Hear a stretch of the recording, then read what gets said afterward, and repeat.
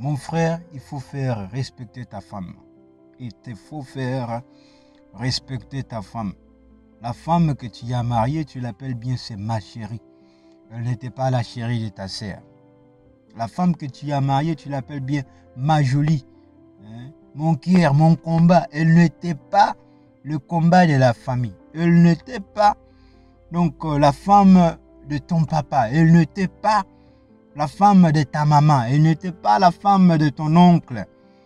Tu y es là déjà, tu es dans la cour, mais tu n'as pas un mot à dire sur ta femme.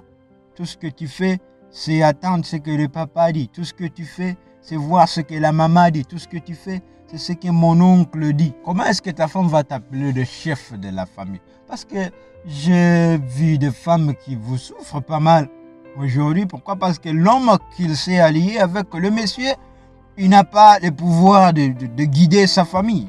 L'homme est guidé par ses parents. L'homme est guidé par ses oncles.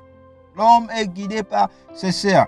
Même la chute de l'Éden a été causée par la femme, qui est Ève.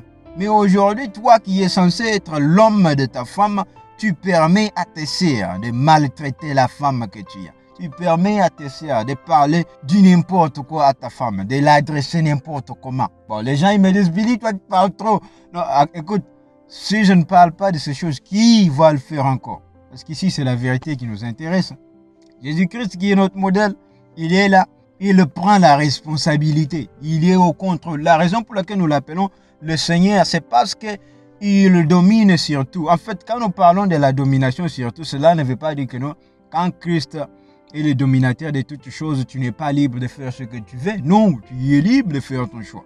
En fait, tu peux être l'homme de la maison, mais tout en n'imposant pas des lois moboutistes. Tu peux être là, l'homme de la maison, ne mettant pas mal à l'aise ta femme. Moi, ça m'étonne. Tu vois, un homme qui est là, il fait la cour. Mais c'est dans la cour déjà, la femme commence à complaindre. Pourquoi? Parce que l'homme a donné le numéro de sa femme à sa grande sœur. L'homme a donné le numéro de sa femme à sa petite sœur. Dites-moi ce genre de choses, surtout chez nous en Afrique. Et qu'est-ce qui se passe? La femme commence déjà à être mal à l'aise parce que la grande sœur veut que la femme puisse donc agir d'une certaine manière qu'elle veut. La petite sœur veut que la femme de son grand frère puisse se comporter d'une certaine manière. Le papa de l'homme, il vient, il veut que la femme de l'homme puisse se comporter d'une certaine manière. Maintenant, dites-moi, qui conduit ta maison, mon frère? Dis-moi sincèrement, qui est le leader de ta maison?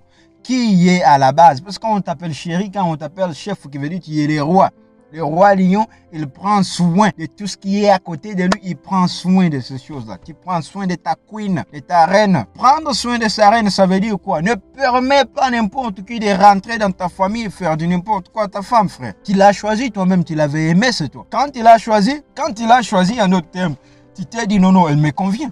Mais comment est-ce qu'une personne peut te convenir après un moment, mais demain il devient pillon de tout le monde dans ta famille, tout le monde doit la dire comment se comporter, comment vivre, c'est pas gentil. Tu dois assumer tes responsabilités, frère. Tu dois assumer tes responsabilités, faire asseoir les membres de ta famille pour leur dire non, écoutez, il y a ça, il y a ça, il y a ceci. Vous pouvez intervenir dans ces cas, vous pouvez intervenir peut-être ici si je vous demandais de l'aide. Mais pas intervenir à n'importe quel moment. La femme devient mal à l'aise. Il y a quelque chose que j'évite et je dis toujours aux gens. La femme de ta vie n'est pas l'enfant de ta maman. La femme que tu as n'est pas l'enfant de ton papa. C'est ta femme. Qui veut dire c'est l'enfant d'autrui que tu ramènes dans ta famille. Même si tu l'as ramené pour dire que non, je vais la lier à la famille, elle n'est toujours pas sexuellement, elle n'est pas sortie de ta famille. Elle vient de quelque part. En d'autres termes, tu amènes ta femme chez vous, qu'est-ce qui se passe? Ta maman s'est dit non, c'est ma fille. Je dois la gronder comme je gronde à mon fils quand il fait du n'importe quoi. C'est là que les problèmes commencent parce que vous ne pouvez pas gronder à une femme de votre fils. Tu ne peux pas gronder à une femme de votre enfant parce que du coup, elle n'est pas ta fille. Maintenant, les problèmes commencent là parce que la maman et surtout les femmes. Oh non, si je la vois faire quelque chose qui n'est pas bon, oh si... Non, en fait, n'amenez jamais votre femme chez vous 6 mois, 3 mois, frère. Qu'est-ce qui ne va pas? Il faut assumer tes responsabilités. Assume tes responsabilités, reste avec ta femme. Il faut qu'elle puisse comprendre ce que ton papa avait compris quand il est resté avec ta maman. Il n'a pas amené ta maman chez ses parents. Là, déjà, tu amènes ta femme... je sais pas moi, chez toi, chez vous, tout le monde maintenant, parce qu'elle est devenue là, comme l'enfant de la maison, tout le monde doit maintenant en fait voir, intervenir, la dire ce qu'il faut faire. il y aura toujours des problèmes. Alors pour éviter cela, ce que j'ai dit aux hommes, c'est de prendre votre responsabilité en fait. Nous ici, c'est la vérité qui nous concerne. Quand tu pars, tu choisir la meuf, il n'y a personne qui t'aide. Tu choisis la meuf que tu aimes. Quand tu aimes une personne, tu ne prends pas la personne, tu l'exposes comme ça. Elle devient comme, je sais pas moi, le ballon ou quoi que ce soit là, n'importe qui peut passer, donner ses lois, on fait ceci. Non.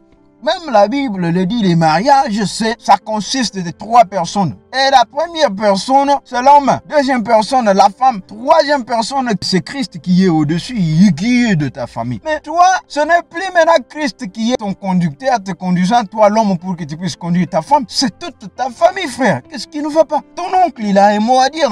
Ta maman, elle a un mot. Ton papa, ta grande sœur, je me demande à l'enfant d'autrui, qu'est-ce que tu veux qu'elle puisse vivre? Et même Dieu, pour ne pas exagérer, mais il est étonné parce que le mariage, c'est 3 personnes. Christ à la tête. Il conduit l'homme qui est le chef de la maison et l'homme conduit la femme. Ton mariage à toi, tout le monde a un mot à dire. Non, champion, sois responsable, prends tes responsabilités. Assume, montre à la femme que tu es l'homme qu'elle a marié. Montre à la femme que tu es l'homme qu'elle est censée vivre avec. Parce que déjà, dès le début, si vous avez des problèmes comme ça, là, ouais, je te dis, tu rassures que vous aurez des problèmes même chez vous. Il y a ta petite sœur ou ton petit frère qui vient chez toi, il va commencer à se bagarrer avec ta meuf. Non, ça, c'est pas gentil, ça. C'est même pas chrétien, tu vois. Et dites-moi aujourd'hui, non, Billy, lui, il parle beaucoup. Après, si je ne parle pas de ces trucs, qui va vous les adresser? La vérité et les dire, mais vous devez assumer, vous devez la prendre ou la laisser. Développez votre philosophie. La suite au prochain numéro, Billy Ezariel.